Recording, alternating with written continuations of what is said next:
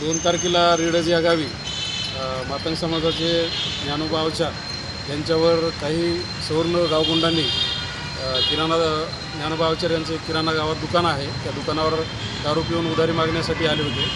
या उधारी मागण्याच्याने ज्ञानोबा अवचार यांनी असं सांगितलं बाबा माझ्याकडं लिहायला कुणी नाही आणि मला लिहिताही काही येत नाही.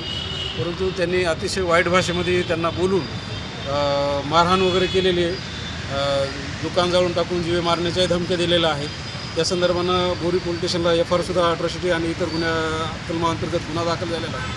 परंतु त्यांना अटक पण झाली होती. त्याच्यात 2-3 आरोपी अटक झाले होते आणि 2 हे अटकपूर्व जामीनसाठी टाकण्यात आलेले होते.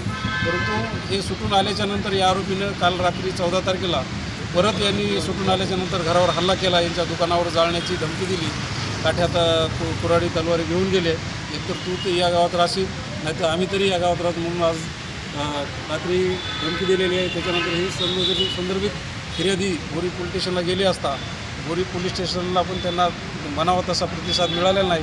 म्हणून आज हे सदर फिर्यादी परभणीला आले असता मानव्याक अभियान आणि भीम शक्तीच्या वतीनं आज SP साहेबाची आम्ही भेट घेण्याचा प्रयत्न केला. परंतु SP साहेब बाहेर असल्यामुळं आम्ही BSBचे लांडगे साहेब यांच्याशी चर्चा केली आणि बेनिवड साहेबालासुद्धा फोनवर बोलणं झालेलं आहे.